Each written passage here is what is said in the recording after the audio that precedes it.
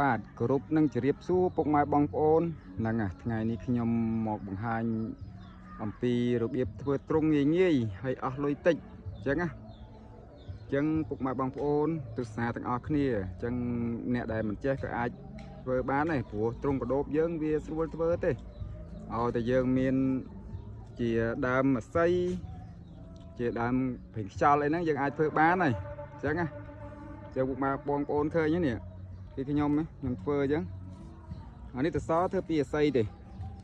ហើយដល់ខាងនេះអាដែកចាស់ខ្ញុំសល់ហ្នឹងឃើញទេដែកចាស់សល់អញ្ចឹងហើយអាខាងលើនេះទៅសក៏អាស័យដែរហើយលើនោះវាមានដែកហើយវាអស់តិចអញ្ចឹងយើងដាក់ជាស្បៃយើងមកដាក់ជាស្បៃម្លប់វាអញ្ចឹងហើយយើងមានកស៊ូផ្លាស្ទិកហ៎ពុកម៉ែបងប្អូននឹងយើងការពារកុំឲ្យទឹកភ្លៀងត្រូវហើយបងពុកម៉ែបងប្អូនដែលមិនចេះក៏អាចធ្វើបានដែរហើយវាអស់លុយតិចទៀតសម្រាប់ពុកម៉ែបងប្អូនដែលថាខ្វះថវិកាអញ្ចឹងយើងមិនអាចឈានដល់ធ្វើដែកធ្វើអីឲ្យបានស្អាតដូចពុកម៉ែបងប្អូនផ្សេងទៀតដែលគាត់មានថវិកាអញ្ចឹងយើងទ្រុងកដោបនេះយើងអាចធ្វើពីឈើក៏បានពីដែកក៏បានដែរហើយយើងធ្វើចឹងមកបងប្អូនឃើញទេស្រួលទេតែអស់លុយតិចហើយអានេះមានទាំងអាស័យហងមានទាំងដែកហងអានេះមកទ្វារផ្ទះជួលចាស់ដោយសារយើងអត់ប្រើដែរអញ្ចឹងយើងយកមកក្រាលចឹងមកហ្នឹងពុកម៉ែបងប្អូនឃើញទេហើយមាំល្អណាស់បងប្អូនឃើញអញ្ចឹងឃើញទេនេះហើយយើងចង់ឡើងមកបងប្អូនឃើញរឹងស្អាតទេហើយអាលើនេះដែកដែរលើនេះក៏ដែកដែរហើយយើងមានស្បៃមកយើងចងអញ្ចឹងមកវាសំខាន់ឲ្យតែវាបានម្លប់តែយើងត្រូវដាក់ធុងស្លាយើងមានអាស្បែងទុកកម្ដៅថ្ងៃខ្លះហើយកស៊ូ UV តិចបងពុកម៉ែបងប្អូននៅឃើញថាដាក់កន្លែងស្បៃកស៊ូស្បៃ UV ការពារព្រះអាទិត្យលែងនាំគ្នាទៅដាក់ទ្រុងនៅក្រោមដើមឈើនឹងក្រោមម្លប់យ៉ាផ្ទះហ្នឹងអត់ល្អណាពុកម៉ែបងប្អូនអានេះគ្រាន់តែថាវាការពារកម្ដៅថ្ងៃដំបូលលើទេតែវាអាចចាស់ពលឺមកដល់អញ្ចឹងណាហើយមើលនេះពុកម៉ែបងប្អូនឃើញមានដែកមាននេះហើយបែកកើនេះទេត្រឹម3 4 5នាក់អីដឹងនៅណាហ្នឹងហើយអានេះខ្ញុំរៀបចំចងស្បៃវាឥឡូវហើយនោះអាទ្រុងអានោះដែកក៏ប្រើអាស័យដែរណាអានោះក៏ប្រើអាស័យដូចគ្នា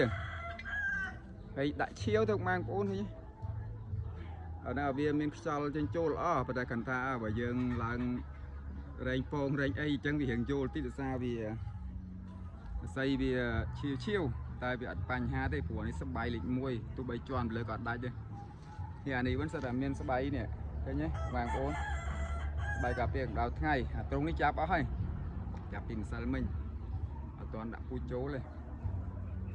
ហើយបាទនេះຂະຫນាតតលដីក៏អត់ទាន់បាននេះដែរស្បៃមានឲ្យអស់ហើយប៉ុន្តែនៅខ្វះពងពូជដោយសារគេខែមួយរយៈនេះគឺពុកម៉ែបងប្អូនគាត់កំងពូជច្រើនដែរអញ្ចឹងតម្រូវឲ្យពុកម៉ែបងប្អូនគ្រប់សិនបានចាប់ផ្ដើមដាក់បោះខ្លួនឯងអញ្ចឹងណាហើយអានេះຂະຫນាតតលដីទ្រុងតលដីអានេះចាំមើលហើយចាំខ្ញុំreviewពីຂະຫນាតតលដីពុកម៉ែបងប្អូនមួយសារទៀតអានេះខ្ញុំគ្រាន់តែណែនាំនេះឃើញទេ